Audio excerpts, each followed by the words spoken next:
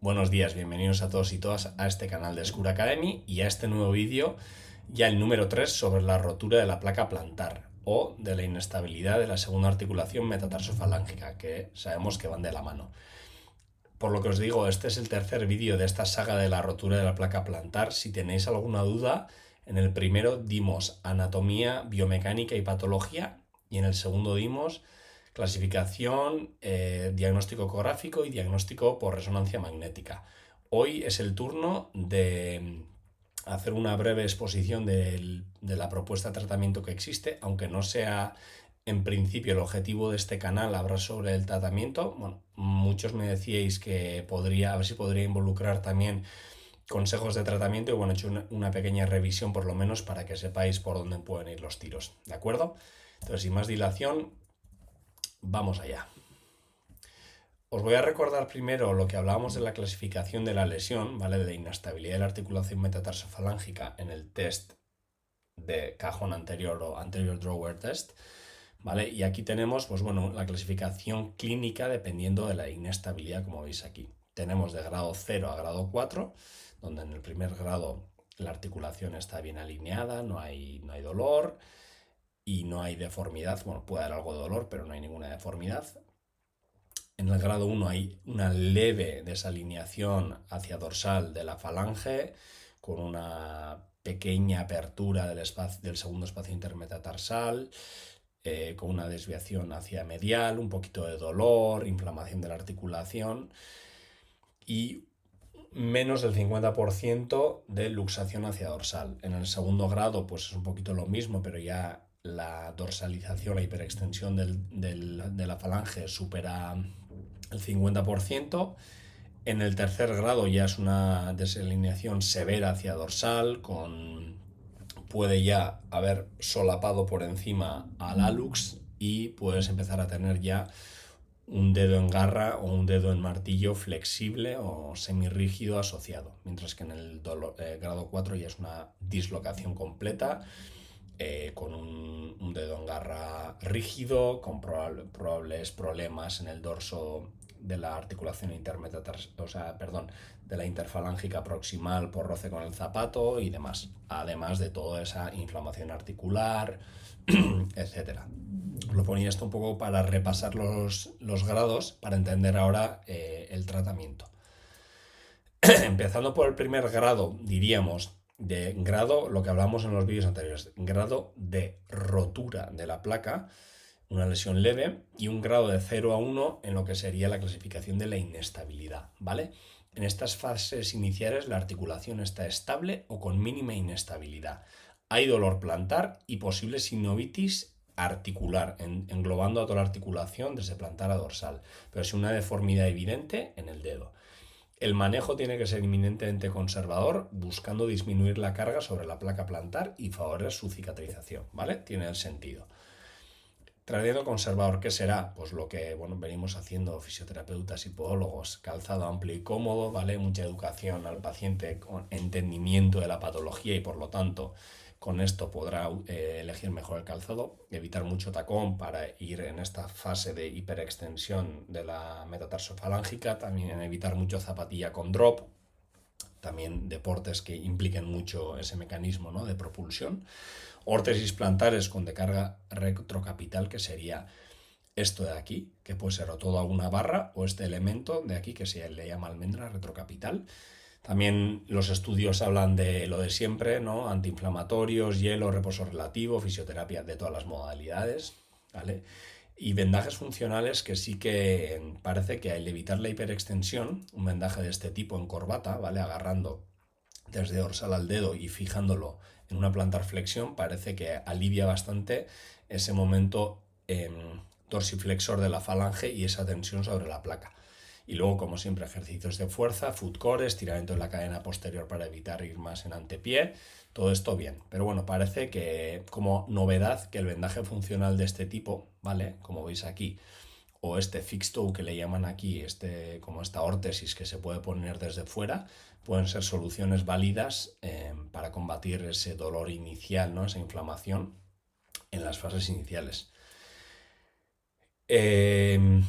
Y bueno, eso, en el tratamiento del segundo estadio ya en grado 2 en roturas ya un poquito más severas, con ya inestabilidades de segundo grado, corresponde a roturas parciales mayores de la placa, con desgarros transversales de más del 50% del ancho, con inestabilidad moderada. Clínicamente suele haber dolor persistente, ya un tiempo de evolución, típicamente paciente que te ya con meses de evolución del dolor, un ligero ascenso de la articulación, típicamente desviación medial, que puede ser lateral también, pero normalmente medial, y es reductible, ¿vale?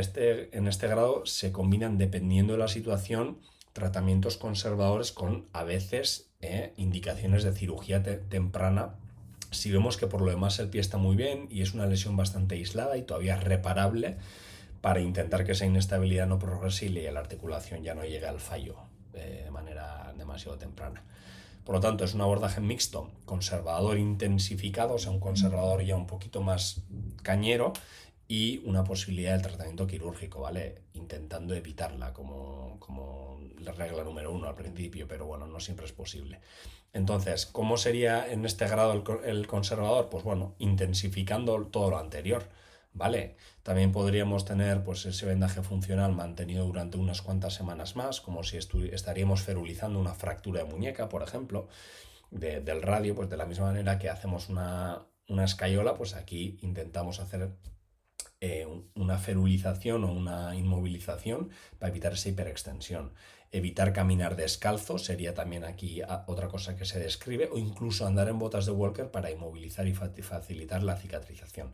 Ya estos estadios se tiende a inmovilizar más que en el primero, ¿vale? Con este objetivo que os decía, que es evitar que esa rotura parcial progrese a completa y prevenir un daño articular ya que no tenga solución a nivel de placa tan fácilmente. ¿De acuerdo? Esto sería el grado 2. ¿Qué también podríamos hacer en el grado 2? Bueno, en el 1 también, en situaciones de grado 1 de que no haya rotura importante pero sí mucha inflamación, también podríamos hacer lo mismo que os voy a proponer ahora en el grado 2, que son infiltraciones de todo tipo. Tendríamos infiltraciones de corticosteroides, ¿vale? Que estas, cuidado, se habla de hacer una única infiltración local de corticoide en la articulación desde dorsal. Si hubiese una sinovitis potente por esta inestabilidad, en la fase inicial podríamos hacer una para intentar romper ese proceso inflamatorio articular, pero si estaríamos repitiendo más de una vez este corticosteroide articular, nos podría dañar al final la propia placa, porque entended que la lesión de la placa en nivel plantar está en íntima relación con la cápsula articular. Entonces, si infiltramos desde dorsal a la articulación, la placa también llegará a corticoide. Y sabemos que para este tejido conectivo, pues el corticoide no es lo mejor, ¿vale? Entonces, se puede hacer, un par se pueden hacer con este objetivo de bajar esta carga articular, pero no abusaría. También se puede infiltrar directamente desde fuera al pseudoneuroma, a la fibrosis pericapsular, que puede estar dando este dolor irritativo incluso al nervio digital. Para recordar lo que es la fibrosis pericapsular, ir al vídeo anterior, que ahí está muy bien explicado. También podríamos, si fuese recurrente, también se podría infiltrar ácido hialurónico a la articulación en vez de machacarlo tanto con el corticoide, y parece que hay algunas revisiones que dicen que a la propia placa, en la zona de la rotura, también se le podría meter ácido hialurónico. Que sinceramente yo para esto, si vamos a infiltrar ya la zona propia de la rotura, yo seguiría más por lo siguiente, que es el plasma. Esto sí que está descrito que en roturas parciales pequeñas y en pacientes que desean evitar cirugía y no hayan mejorado con tratamiento más conservador, pues el PRP puede ser una buena opción. Al final, si tenemos una rotura muy completa, pues, o sea, prácticamente completa, muy grande, el PRP igual no ayuda mucho a cicatrizar. Pero bueno, en este caso, como aporta factores de crecimiento que estimulan la reparación de este colágeno y la angiogénesis de la zona dañada, pues puede tener sentido. Y parece que hay estudios retrospectivos que dicen que hay una mejoría en la clínica y funcionalmente significativa tras 3 inyecciones, 2-3 inyecciones de plasma en lesiones de la placa, ¿vale? Sin complicaciones relevantes, que esto sí que, por ejemplo, el corticoide tenemos en contra de esto, pero en el PRP no. Así que bueno, en estos grados, grado 1, que no hay mucha rotura, pero que sí que hay mucho olor que persiste, puede ser una opción, y estos grado 2 también. Y luego, como os digo, al final estamos en un grado 2 de inestabilidad y de rotura, que a veces tiene que ser un tratamiento conservador mixto con a lo mejor algo quirúrgico, ¿vale? Bueno, perdón, aquí tendríamos, por ejemplo, una infiltración desde dorsal, ¿vale? Esto sería la falange, esto sería el meta y esto sería una infiltración de corticoide, por ejemplo, articular, ¿vale? En la cápsula dorsal a este nivel.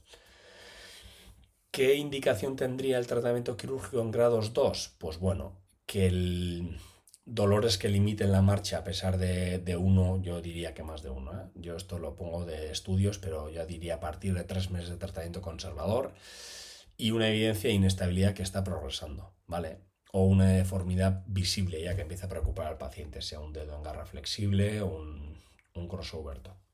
El objetivo es corregir antes de que el daño sea completo, lo que os decía. Y muchos cirujanos, ¿vale?, abogan por intervenir en esta fase para evitar la luxación crónica de la metatarsofalángicca, que conlleva peores resultados si se deja avanzar. Aquí yo estoy de acuerdo con esto. Es verdad que cada maestrillo parece tener su librillo y creo que hay una falta de consenso claro de qué se debería hacer. Pero bueno, pues igual probablemente un podólogo abogue más a utilizar la órtesis plantar, el fisioterapeuta el ejercicio y el cirujano pues probablemente a decir, oye, si corregimos antes esta deformidad mediante una reparación de la placa, no dejaremos progresar. Mientras que el fisioterapeuta muchas veces dirá, ¿para qué vamos a hacer una cirugía pudiendo llegar a estar sin dolor con un tratamiento conservador, ¿no? Entonces, bueno, yo aquí sí que creo que hace falta un poquito más de criterio unificado y hacer estudios o hacer propuestas de algoritmo de tratamiento un poquito más unificadas, ¿vale? Ahí lo dejo. Entonces, ¿qué tenemos como tratamiento quirúrgico en estas situaciones? Pues reparaciones directas de la placa, que luego ya al final se hace menos, cuando ya está totalmente rota, totalmente inestable en la metatarsofalágica, se tiende a hacer menos, porque ya se ve que no es un tejido viable. Pero en esta fase en la que está parcialmente rota, con mucho dolor, no le damos la vuelta, no hay mucha inestabilidad todavía, pues puede ser una buena idea suturarla. Con esto se restablece la continuidad ligamentosa bajo la cabeza metatarsal, estabilizando la articulación y corrigiendo la subluxación. Os voy a poner un vídeo de YouTube que me gusta mucho de la compañía Artrex, ¿vale? Si queréis os paso el enlace también por debajo, donde se explica. Yo me quedo callado y escuchamos el vídeo porque me parece que es muy bueno. The plantar plate internal brace ligament augmentation procedure for plantar plate pathology. A dorsal incision is made directly over the MTP joint. Excise the collateral ligaments at the base of the proximal phalanx. Use the Maglamry elevator to release the plantar plate and capsule proximally. The surgeon may choose to complete the tear of the plantar plate by excising any attachments at the base of the proximal phalanx. Next, an osteotomy is done of the metatarsal to shorten it, while also allowing for better access to the plantar plate. Shift the metatarsal proximally and fixate utilizing a K-wire. Using a small rongeur, remove...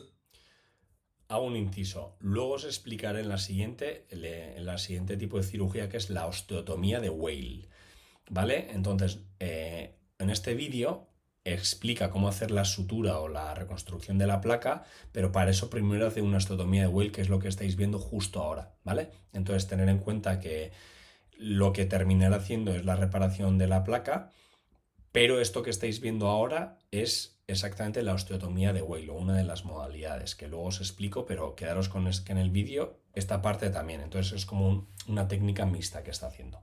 Move the dorsal overhang of the metatarsal. The first K-wire is inserted into the proximal phalanx. Next, insert the second K-wire into the metatarsal at least 5 millimeters proximal to the K-wire, holding the metatarsal osteotomy.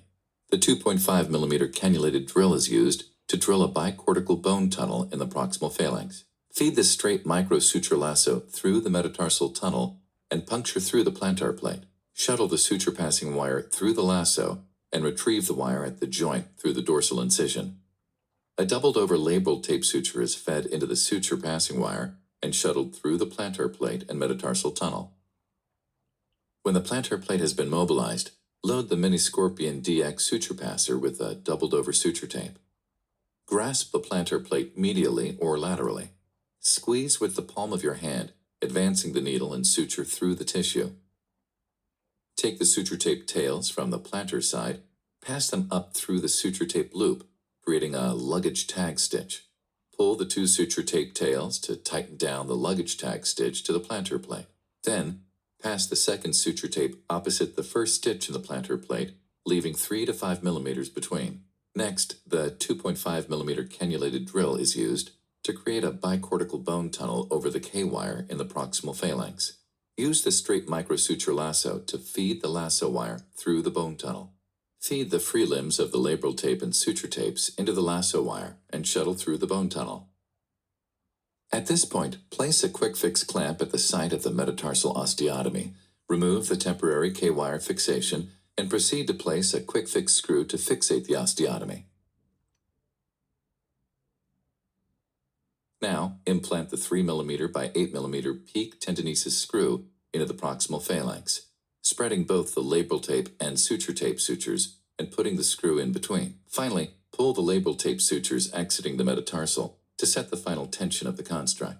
Ensure the appropriate amount of dorsiflexion can be achieved and insert the final 3 by 8 mm tendinosis screw into the metatarsal tunnel between the two sides of the labral tape. This completes the repair.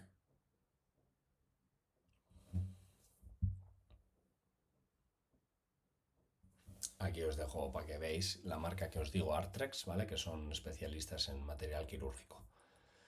Muy bien, pues lo que os decía, luego tenemos la osteotomía de Weil, que es un acortamiento del metatarsiano. Hay veces que sin suturar la propia placa, cuando tenemos una etiología, un factor de riesgo que es asociado a un segundo meta más largo, pues lo que hacemos es una cirugía acortadora o elevadora, o ambas, de esta cabeza del metatarsiano. Entonces, reduce la sobrecarga plantar sobre la placa y permite reposicionar la falange correctamente. Frecuentemente, como pone aquí y habíamos visto en el vídeo, se hacen conjuntamente. Y como os digo, en metas largos, con sobrecarga marcada del segundo radio, los index minus típicos. Y esta osteotomía en Weil también se puede hacer en cirugía mínimamente invasiva, ¿vale? En esta siguiente diapositiva, si queréis, os explico un poquito en corto lo que sería la osteotomía de Weil. Es un abordaje, la abierta, la técnica abierta. Abordaje dorsal sobre la metatarsofalángica afectada. Hay que hacer una pequeña capsulotomía para exponer la cabeza y luego la osteotomía es lo que veis en la imagen aquí. Es un corte oblicuo que se realiza con sierra desde dorsal y distal hacia plantar con una angulación de unos 45 grados y proximal. Tiene una orientación paralela al suelo, ¿vale? Sin inclinar demasiado, ¿de acuerdo? Lo de los 45 grados luego viene por otra cosa, disculpadme, tiene que ser una orientación bastante paralela al suelo. Y luego se hace un desplazamiento proximal de la cabeza metatarsal, acortando, pues bueno, lo que se necesite en este caso, pues de 2-4 milímetros, algo así. Se puede fijar con un tornillo, bueno, se corta la puntita, se puede fijar con un tornillo o no, pero normalmente se tiende a fijar. Y después, si existe una rotura de la placa, lo que os decía, se puede suturar, pero muchísimas veces, sobre todo en estadios más avanzados, cuando ya no hay viabilidad de la placa, pues no se hace, ¿vale? Se cierra la cápsula y la piel. Y como os digo, se puede hacer abierta, como veis aquí, o percutánea, yendo desde un lateral y limando el meta hacia adentro. Aquí tenéis la imagen un poquito más grande. Y muy bien, en situaciones de tercer grado y en lesiones severas, ¿no? Roturas de la placa completas o prácticamente completas con grados de inestabilidad muy altos, y leo, en estas fases la placa plantar sufre una rotura completa o casi completa, o a menudo una lesión asociada de los ligamentos colaterales. Por lo tanto, si hay ya lesión del ligamento colateral accesorio que se une a la placa, ya hay una deformidad evidente con luxación dorsal y probablemente luxación hacia medial, montándose sobre la lux, ¿vale? Clínicamente el paciente puede referir que el dedo se ha dislocado, que lo tiene salido, dificultad en la cara dorsal para ponerse zapatos y luego dedos en garra ya irreductibles, por lo tanto ya dedos que van a molestar mucho. En este caso, las medidas conservadoras, como dice aquí, solo juegan un papel de apoyo, ¿vale? Para intentar mejorar algo o como preparación preoperatoria. ¿De acuerdo? Aquí el tratamiento quirúrgico son las anteriores ya descritas, pero bueno, con ciertos matices un poquito más complejos como osteotomías de Weil más reparaciones de la placa, más tenodesis del flexor, ¿vale? Evitando evitando pues que haya dedos en garras. Se corta también el tendón flexor. Hay veces que se hacen transferencias tendinosas flexor to extensor, ¿vale? El flexor pasa a la parte dorsal y con esto intentan que cuando el flexor trabaje haga una flexión plantar de la articulación metatarsofalángica, ¿vale? También se pueden hacer tenotomías extensoras, que no lo he puesto aquí, y osteotomías múltiples, porque hay veces que estas lesiones se asocian a más de una articulación o más de un nivel. Y cuando ven que ya el index minus es, por ejemplo, más ya de radios centrales, pues se pueden hacer incluso aprovechar, si hay un juanete, un hallux valgus, operarlo y hacer incluso 3 wales, por ejemplo, al segundo, tercero y cuarto. Y bueno, ahí ya depende un poco el cirujano, aquí ya no voy a meter tanto, pero bueno, para que lo sepáis. Y como algoritmo o resumen de lo que sería, pues bueno, de este tratamiento de la inestabilidad, cuando es leve y hay dolor plantar sin deformidad, sin hallazgos radiológicos, pero con un drawer levemente positivo, pues tratamiento no quirúrgico, disminuir carga, con plantillas, con descargas retrocapitales, con fisioterapia más terapia manual, todo lo que queramos ahí. Indiva, este tipo de cosas vienen bastante bien en mi experiencia para disminuir ese edema y ese dolor. Ejercicios estabilizadores sí o sí de la musculatura intrínseca, infiltraciones ecoguiadas, lo que os decía, de corticoide articular si es una situación de mucha sinovitis y poca lesión y caso rebelde, y luego el tema del vendaje que os he dicho, ¿vale? Calzados rígidos con balancín que no dejen también flexar mucho a la metatarsofalángica, flexioextensionar, pues también bien. Y el quirúrgico no está indicado.